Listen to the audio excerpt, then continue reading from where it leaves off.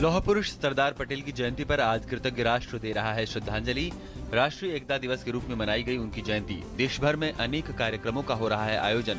प्रधानमंत्री नरेंद्र मोदी ने दिल्ली में रन फॉर यूनिटी यानी एकता की दौड़ का किया शुभारंभ। कहा कि सरकार एक भारत श्रेष्ठ भारत योजना ला रही है। राज्यों की संस्कृति को जोड़ने की योजना है एक भारत श्रेष्ठ भारत। पीएम मोदी ने राजपथ पर लोगों को एकता की शपथ भी दिलाई। बिहार में 7 जिलों में 55 सीटों पर कल होना है चौथे चरण का मतदान। चुनाव प्रचार खत्म होने के बाद अब अपने उम्मीदवारों के समर्थन में नेता घर घर जाकर कर रहे हैं लोगों से संपर्क। चुनाव आयोग ने शांतिपूर्ण मतदान के लिए किए हैं व्यापक इंतजाम। नई दिल्ली में भाजपा, जेडीयू, कांग्रेस और सीपीआई के नेताओं ने निर्वाचन आयोग से अलग अलग मुलाकातें की। आयोग से मुलाकात के दौरान भाजपा ने आरोप लगाया कि महागठबंधन के नेता चुनाव प्रचार में अलोकतांत्रिक बयान दे रहे हैं। महागठबंधन के नेताओं ने भी चुनाव आयोग से मुलाकात की और भाजपा नेताओं के विज्ञापनों के खिलाफ कार्रवाई की मांग की।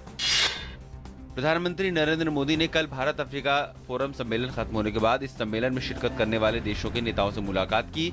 अफ्रीकी देशों के साथ बुनियादी ढांचे, व्यापार, निवेश और खाद्य सुरक्षा पर विस्तार से बातचीत की। विदेश मंत्री सुषमा स्वराज ने भी कई देशों के विदेश मंत्रियों के साथ मुलाकात कर आपसी महत्व के मसलों पर बातचीत की। देश में वित्त वर्ष 2017-18 तक 4G स्मार्टफोन इस्तेमाल करने वालों की संख्या 35 गुना बढ़कर 18 करोड़ 30 लाख के ऊपर पहुंच जाएगी, जबकि 4G नेटवर्क से जुड़े उपभोक्ताओं की संख्या तेजी से बढ़ते हुए 9 करोड़ को पार कर जाएगी। Bank of America Merrill Lynch की शुक्रवार को जारी रिपोर्ट में कहा गया है कि वर्तमान में देश में 50 लाख लोगों के पास 4G स्मार्टफोन है। इसमें कहा गया है कि अगले कुछ सालों में 3G और 4G सेवा के शुल्क में कोई ज्यादा फर्क नहीं होगा।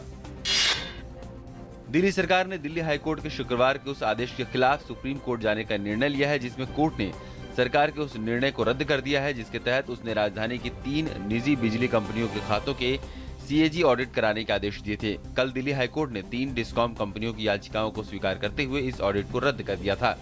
ऑडिट के लिए दिल्ली सरकार के आदेश में प्रक्रियाओं का पालन नहीं होने के आधार पर अदालत ने ये फैसला सुनाया। देश में अब तक 93% वयस्कों ने स्वेच्छा से विशिष्ट पहचान पत्र यानी आधार को अपनाया है। सार्वभौमिक आधार कवरेज प्राप्त करने के लिए UIDAI अब शेष व्यक्तियों को आधार से जोड़ने के अलावा बाल नामांकन पर ध्यान केंद्रित कर रहा है।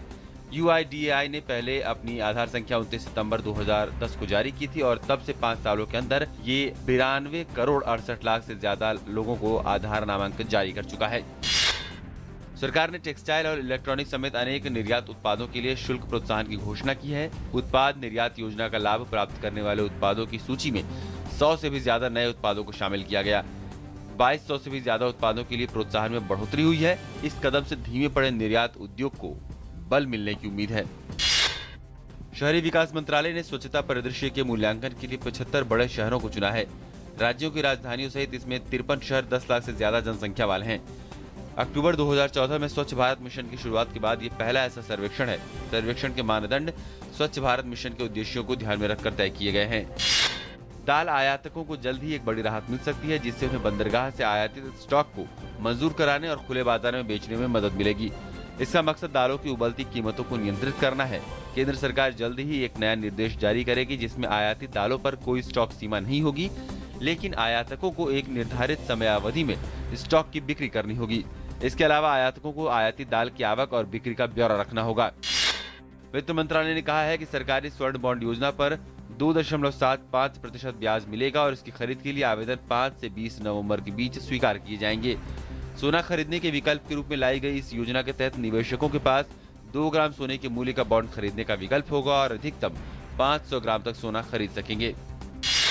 रोमानिया की राजधानी बुखारेस्ट के एक नाइट क्लब में विस्फोट में 26 लोगों की मौत हो गई तथा कम से कम 88 अन्य घायल हो गए।